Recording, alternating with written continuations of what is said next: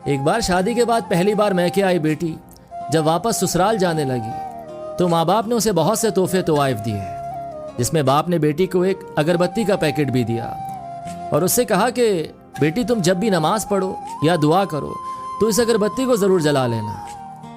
जैसे ही वो ससुराल पहुंची तो सास ने बहू के घर से आए तोहफों को हसद भरी निगाह से देखा और जब उसकी नजर अगरबत्ती के पैकेट पर पड़ी तो मन ही मन में हंसने लगी कि भला कौन सा बाप अपनी बेटी को तोहफे में अगरबत्ती का पैकेट देता है।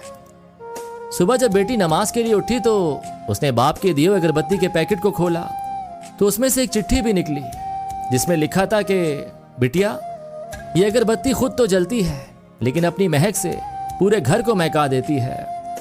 हो सकता है तुम कभी अपने शौहर से रूठ जाओ या किसी बात पर सास ससुर से नाराज हो जाओ, देवर या ननन की कोई बात तुम्हें बुरी लग जाए तो तुम मेरी दी हुई इस नसीहत को याद रखना, इस अगरबत्ती की तरह जलना।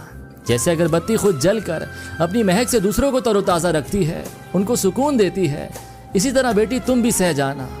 अपने ससुराल को मैका समझकर अपने अच्छे रवैये और खुश इखलाकी से उनके घर के सुकून की वजह बन जाना। ये पढ़कर बेटी फूट फूट कर रोने लगी तो उसका शौहर और सास ससुर भी वहां पहुंच गए और पूछने लगे कि क्या हुआ। तो बहू ने वो चिट्ठी अपने शौहर को दे दी। जब शौहर ने चिट्ठी को पढ़ा तो सबकी आंखों में आंसू आ गए। सास ने अपनी बहू को गले से लगा लिया और अपने बेटे से कहा कि इस चिट्ठी को फ्रेम करा लाओ, ये चिट्ठी किसी बाप का अपनी बेटी को दिया हुआ अनमोल तोहफा है।